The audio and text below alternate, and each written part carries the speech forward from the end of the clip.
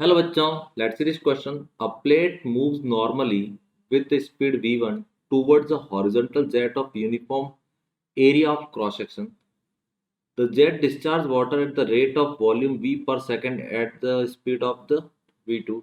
The density of water is rho. Assume that the water splashes along the surface of the plate at right angle to the original motion. The magnitude of the force acting to the plate due to the jet of water is। देखो यहाँ पे अपने magnitude एक क्या अपन simply एक example लेके सोचते हैं कि हमारे पास में एक या वॉल है, एक बॉल यहाँ से आती है, किसी वेलोसिटी से v से टकराती है और वापस चली जाती है या फिर उसके ऊपर चिपक जाती है। तो जो फोर्स कितना अप्लाई करता है, तो F is equal to rate of change, जो मोमेंटम होता है वहां से अपन इसको डिसाइड करते हैं। लेकिन यहाँ पे क्या है, यहाँ पे हमारे पास एक प्लेट है, वो इस डायरेक्शन में v1 स्पीड से आ रही है, ठीक है।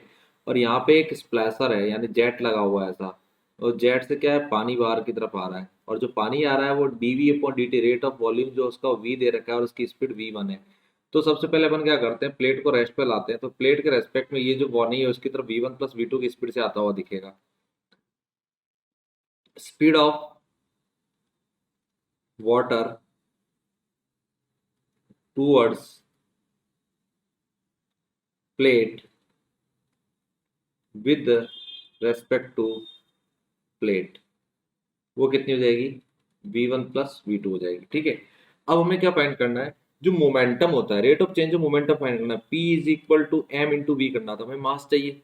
तो डेंसिटी इज इक्वल टू क्या है, मास बाय वॉल्यूम। हमारे पास में जो dv अपॉन dt दे रखा है वो कितना दे रखा है, कैपिटल V के बराबर, मतलब वॉल्यूम जो है वो कितना हो जाएगा, v इंटू डी टी लिख सकते हैं वॉल्यूम को।